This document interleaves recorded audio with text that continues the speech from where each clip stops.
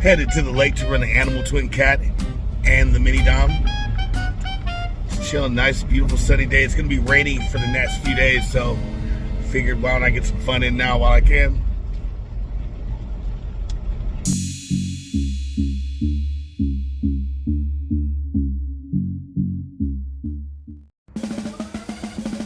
So I'm out here with the Animo, and it's kind of windy. As you can see, the trees blowing a little bit. Water's a little fuzzy. I think instead of the 42 high rakes, I'm gonna put the 45 19s on, so I can say get me to go full crap across the lake.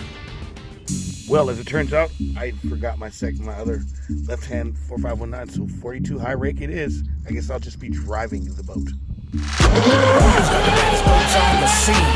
Who's got you screaming Oxidean Marine?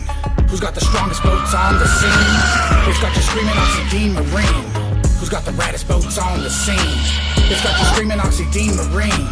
Who's got the fastest boats on the scene? Who's got you screaming Oxidean Marine? Starting with the carbon fiber Kevlar weave, CNC parts, man, it's built for speed. High flow water systems cool from heat. 100 miles an hour on the water, shit. Animal Twin Cat RTR, fastest in the game, it's a superstar. And the Dominator model, man, it's just as hard. Super self-bright and bright colors and all. So when you hear it on the water, man, you know they rip. The ESC motors, props, it's lit.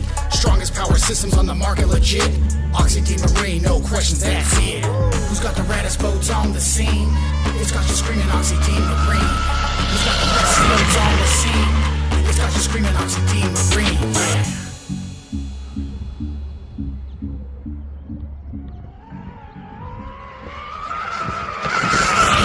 Well, that was one heck of a run.